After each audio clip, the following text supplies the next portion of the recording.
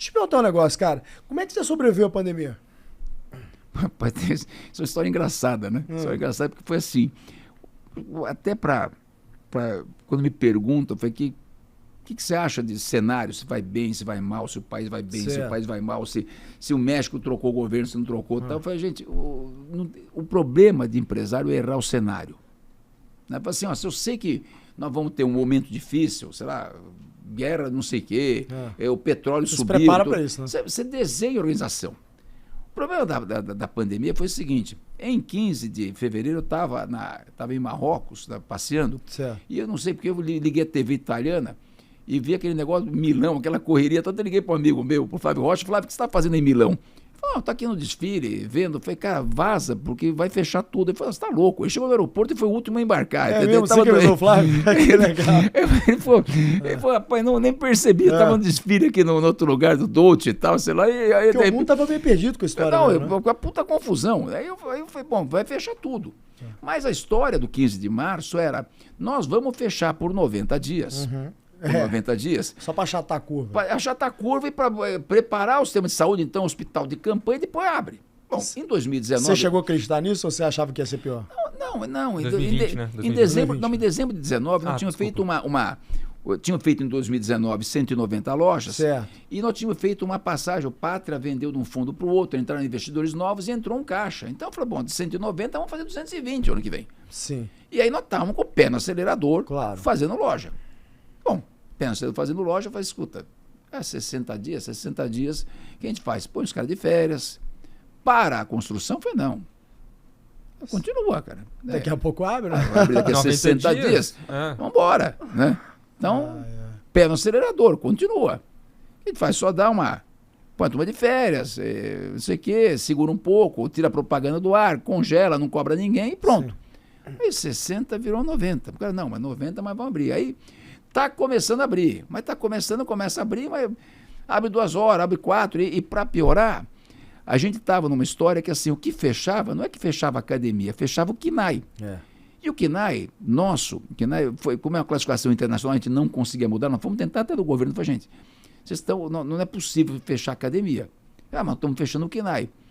O KNAI foi criado lá atrás, nos Estados Unidos, não sei o quê, uma convenção mundial, tudo, e atividade física, naquela época era Jane Fonda dando aqueles pulinhos lá em... Sim. Então aquilo era meio palhaçada, meio... isso aqui, põe... Não era saúde, não né? tinha saúde. Então meteram como se fosse nightclub, como se fosse balada e tal. Então o cara dava uma canetada e fechava a gente também, cara, fecha a academia. Então fomos indo, quando chegou em outubro, reabriu. Aí teve a eleição, rapaz, deu Covid de novo, novembro, chegou em dezembro, fechou tudo de novo. Aí nós tínhamos 70% da base, de repente, o cara que era aluno nosso, que não tinha cancelado, porque nós também não estávamos cobrando, quando ele viu que fechou de novo, o que ele fez? Falou, esse troço vai durar para sempre, nós vamos ficar trancados em casa o resto da vida, cancela essa porcaria. Então nós tivemos um puta cancelamento. Aí perdemos 1 bi no ano. Chegou em dezembro, tivemos que pôr dinheiro do bolso, porque você tinha uma dívida com o banco, que era razoável, não era um endividamento grande, mas que começou a ficar. E que você tinha uma relação dívida-EBITDA, quer dizer, você não podia passar de 2 ou de 3. Como tinha 0 de relação de caixa, nós estávamos com 30, 35. Claro. Pusemos dinheiro e foi bom, mas vamos continuar. Janeiro fechou de novo, fevereiro e tal. Quando chegou março, foi bom, estamos meio...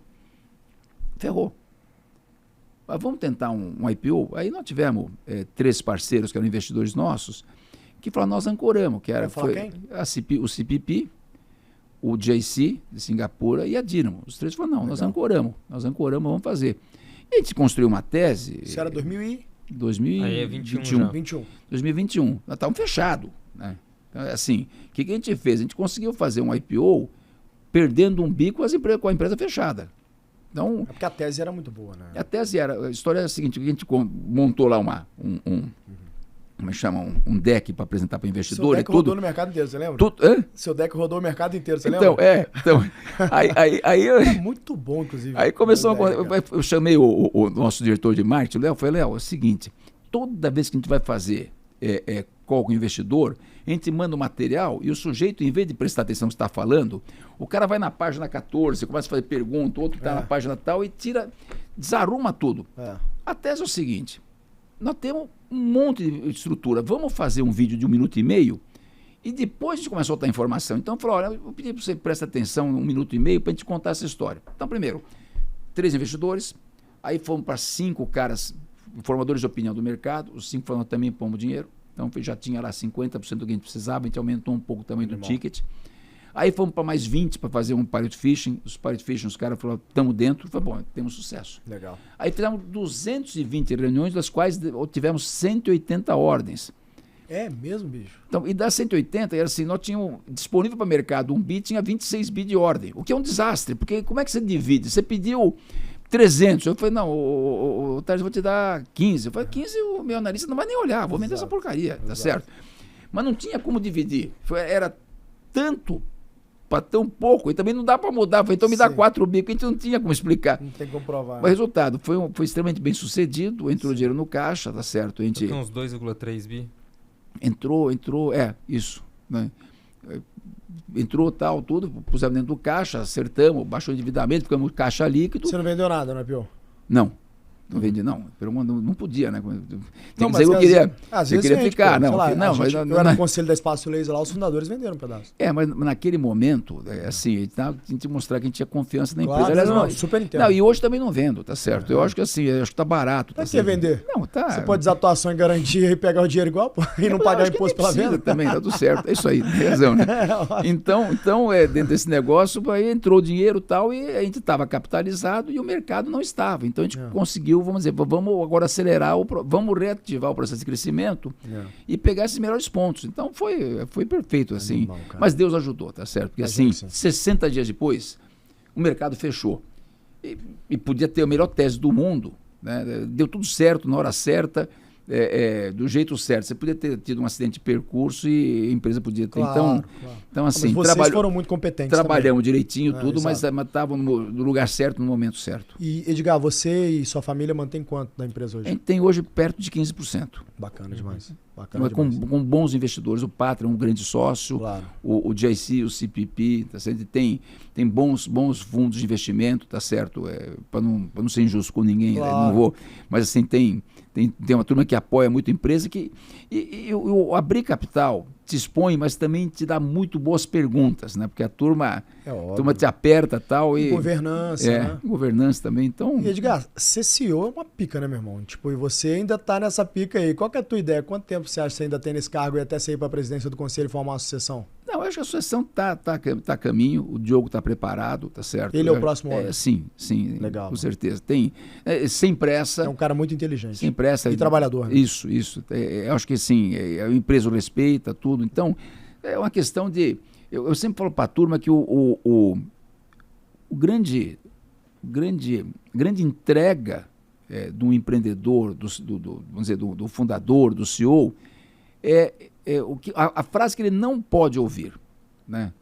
Que seria uma falha gritante, seria um desastre, dizer, esse cara não merece estar aqui, desqualifica o sujeito. Claro. É ter feito uma mal sucessão. Eles falam assim, o cara saiu e virou uma porcaria. Eu falei, tá vendo? Não fez um bom trabalho. Não, eu falei assim, tá vendo? O cara é fundamental, olha, saiu, tá vendo? O outro que ficou, não... Isso não existe, cara. Não, isso é um mau trabalho. 30 anos para preparar esse negócio. Vai sair, quando sair, o cara fala assim, você quer saber de uma coisa?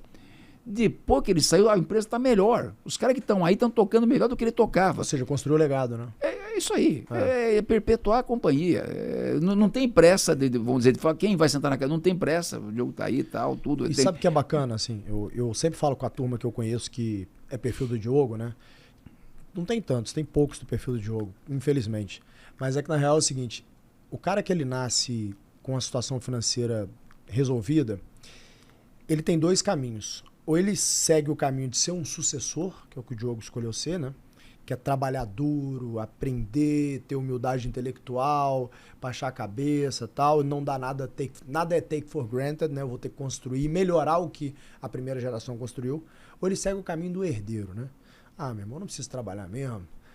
Porra, daqui a pouco, se meu pai faltar, minha vida tá resolvida, os meus filhos estão resolvidos, aí o cara vai viver a vida e ele ele take for granted, ele não se desenvolve. Eu diria que 90% da turma take for granted, 10% é sucessor. E eu sei que isso tem muito da pessoa, porque ela escolheu fazer isso todos os dias.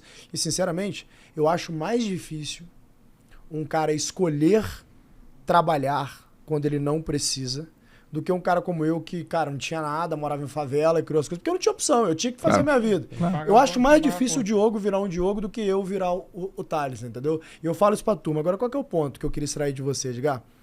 Quais foram os elementos que você, desde o início, com Carol e Diogo, preocupou para poder formar sucessão? Eu acho que, na realidade, é o seguinte, até ontem eu recebi minha filha tem gêmeas, a Soraya, a Maria Clara e a Maria Paula, né? E é legal porque eu fui levá-la, assim, acho que de alguma forma, estudar em escola americana, cria um sentimento de dependência. Mas, ao mesmo tempo, era no Morumbi, eu trabalhei na Paulista e tal, eu não fui um pai tão presente. Então, acho que nem no caso do Diogo, da Carolina, da Camila, tudo. E eu tive a fortuna, a sorte, e todos eles assim, saírem espetaculares. Né? A Camila, radiologista intervencionista, a USP, foi passar um ano segundo tenente da Marinha, ficou naquele... Mesmo? Que bacana. Um dia ela falou para mim, pai, eu vou ter um sabático, eu recebi de graça o curso da USP, então eu vou passar um ano lá na Amazônia, cuidando de aldeia, tal, tudo, bacana, médico. Hein, cara? E as meninas estão 18 anos agora, uma está em Vanderbilt, outra em Notre Dame, e uma delas estava muito doente. Eu estava falando para você que... Sim. E ela estava passando mal 3 dias aí, tossindo, tal, tudo. E sorte que tinha um antibiótico que a gente receitou do médico aqui, mas ela estava com febre, até chorando, né? E aí minha mulher falou para ela, não, manda uma carta para o teu professor aí da faculdade, que eu falei, mãe, tem 3 provas, eu preciso fazer, eu não sei o que fazer, eu não consigo dormir, eu estou morrendo de frio e tal, e contando história, né? E ela mandou a carta para o professor. E o professor manda para ela um e-mail, depois ela passou para minha mulher e eu li. Então o cara falou, é o seguinte, eu não sei o que está na sua situação, eu sei que é difícil mesmo, porque você está fora, teus pais estão muito longe e tal, tudo. Eu sei que você está fazendo esforço com o teu trabalho, tudo está acontecendo. Então, assim, você conta comigo, está aqui meu telefone, dá o telefone para teus pais, eu vou te dar um A. Que isso, rapaz, que bacana. Sem você vir aqui, porque eu vi o que você fez esse ano. Conta comigo, né? E quando você voltar, você faz a prova. Que bacana. Então, é assim, você tira alguém, né, você fala, bom, é legal, tal, tudo, você tira alguém daqui e leva para uma situação com 17, 18 anos de idade. Tem que se virar, né? Para dividir um quarto de 12 metros quadrados, que está no beliche, que como é que chama, tá, o negócio, o trabalho aqui, aí com uma pessoa que você não conhece, que você precisa aprender como é que você, naquele espaço de 12 metros quadrados, como é que você negocia, que hora apaga a luz, que hora... Tem toda uma história de você sai de um conforto, infelizmente tem que criar um pouquinho numa bolha aqui no Brasil. Por causa de segurança. Né? Claro, tudo. Tal. E você joga a 12 mil, eu não sei quanto de voo e tal. E essa turma toda, tá certo? Tá lá ralando, querendo mostrar serviço, ser independente. Tá? Que bacana. Bicho. Agora... muito exemplo seu e da sua esposa, provavelmente. Eu acho que também, vendo a gente chegar tarde de trabalho, sair cedo, tá certo? O nível de dificuldade de construir tudo isso. Então, aquilo meio que por referência e ao mesmo tempo a formação da escola, de independência, um dia minha mulher foi cobrar, falou, não, deixa eu ver tal. Eu falei, mas você tá louca? Eu queria me ver. Você nunca viu, você nem sabe você não sabe que ano eu tô. Então, assim, a gente tem indústrias que hoje estão como fala a Soraya, elas estão preparadas para a vida com 18 anos de idade. Que bacana. Então assim, tem muito orgulho dessa né? turma toda. Né? Então, e a turma da tua casa lá, o que? É graded que você botou, é isso? Os 3 primeiros Santo Américo. Formação. Eu estudei em Santo Américo, mas eu acho que a escola americana tal, tem americana, inglesa, hoje está vendo isso, o bilíngue. Sim. Né? E acho que é muito sentimento de autonomia, viu, Otário? Acho que isso aí... Foco no esporte. Isso. Né? Acho que ajuda. Tem algumas coisas que é super bacana. Ajuda. Edgar, hoje, né, 4 anos aí pós... Quer dizer, 3 anos pós IPO, né? 3 anos pós IPO. Cara, balanço positivo, negativo? Você fecharia o capital da empresa se pudesse? Não, eu acho que a gente está, né, a América Latina como um todo está um pouco... acho que o mundo inteiro... O mundo está amassado, né? Está amassado, à exceção dos Estados Unidos. Né? Nos Estados Unidos hoje você vê uma bolsa pujante, então o preço de papel aqui, né, Onde isso impacta? Né? A hora que você tem um preço de papel um pouco mais adequado, você consegue fazer uma primária, promover mais crescimento. Claro. Assim, você constrói, ajuda, vamos dizer, o teu país, esses países todos a se desenvolver, porque a hora que você está investindo, gera emprego, dando mais emprego, mais etc, obra. etc. Então a gente acaba... O direto e a saúde é o benefício indireto. Acaba sofrendo, vamos dizer, vamos dizer, não está vamos dizer, num país mais desenvolvido, que você tem custo de capital mais baixo também, você vai captar 3%, 4%. Mas o IPO nos ajudou muito, trouxe o dinheiro que a gente precisava no momento certo, claro. Tá certo? Trouxe uma boa base de acionistas, tá certo? Agora você tem, né, um conselho que como é que chama, te desafia, né, para fazer coisas novas, então é bom, acho que é bom, não é ruim não. E ao longo das rodadas, você foi fazendo secundária? Ao longo das rodadas eu fiz na primeira, lá em 2019. O Series A? Os 70 milhões? Hã? Os 70 milhões você pegou uma parcela e fez secundária? Lá em 2019, sim. 19? 70 milhões foi 2001, não? Não, 2000, 70 milhões não. 70 milhões não peguei nada. Eu entrou e acabou. Foi no Pátria, a primeira rodada? Primeira botei tudo no caixa. É que você falou a primeira rodada agora. Então agora, não foi na primeira. 2019 a gente pegou. 19 na rodada você fez uma secundária. Fiz uma secundária, guardei e pronto. E né? Só? É mesmo, Edgar? Mas tá bom. Tá bom, eu sei que sim, mas eu sei que tá bom. Não, eu acho que tá bom, porque assim também tem uma história, né? Coisa só fala assim, mas o que é o teu sonho, né? O que você queria ter que você não tem? Eu falei, nada. Tem tudo. Tá certo, eu tenho, assim, tenho... O risco é muito grande que a gente tá sentado, né? Você larga, por exemplo, qual que é o teu custo contratado pro ano que vem, que você tem lá na Smart, na rede toda? Assim, custo contratado. Quantas centenas de milhões você tem de custo contratado, se não bilhão, né? Nós temos de investimento. Investimos esse ano no próximo 2 bilhões de reais. 2 bi. Então, ano que vem você deve largar com mais de 1 bi, concorda? Com 2. Você tá sentado em 2 bi, pô. É isso, não. Se der uma merda, o risco é muito grande, né? Não, nós tivemos isso no Covid, mas acho que não vai dar, não. Não, claro que não. Deu um milhão. Bater na madeira aqui, mas... Nós estamos muito estruturados para isso. É claro. Não, e o nosso negócio, ele tem uma condição diferente do negócio, vamos dizer, um pouco mais pesado. O cara vai fazer uma fábrica de cimento, vai fazer uma refinaria, tudo.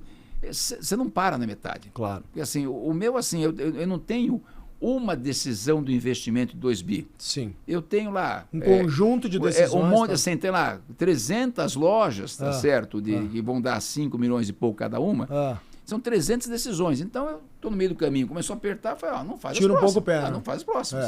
No ano seguinte, ela já está funcionando, para de fazer loja no seguinte. Aí você volta e baixa. A conta que eu faço, às vezes, de rodada de investimento, para mim, cara, fez uma rodada, tem que tomar uma secundáriazinha, porque você tem que ir de risking, até para você ter dinheiro para salvar a empresa, se precisar. Sim, né? Eu conheço tanto caso. Imagina, a gente treinou 55 mil empresas nesses últimos 5 anos, né? Eu tenho 55 mil clientes aqui. E eu, pessoalmente, mentorei 5 mil empreendedores em 5 anos. Então, eu conheço muito caso. Conheço caso de cara que teve que tirar dinheiro do bolso, zerar patrimônio na física para poder salvar a empresa por causa da pandemia. Conheço cara que, cara, eu conheço tanto caso. O que eu vejo é o seguinte, uma secundáriazinha na rodada nunca faz mal. E você foi muito corajoso, você fez uma só. Bacana essa atitude, viu? Mas é que os outros momentos, tá certo? A gente tinha que mostrar comprometimento. Claro, né? Assim, claro. Você foi, eu acredito, e estava bem. Então, sim, assim, sim. a primeira rodada foi boa, tá certo? Me atendeu, então...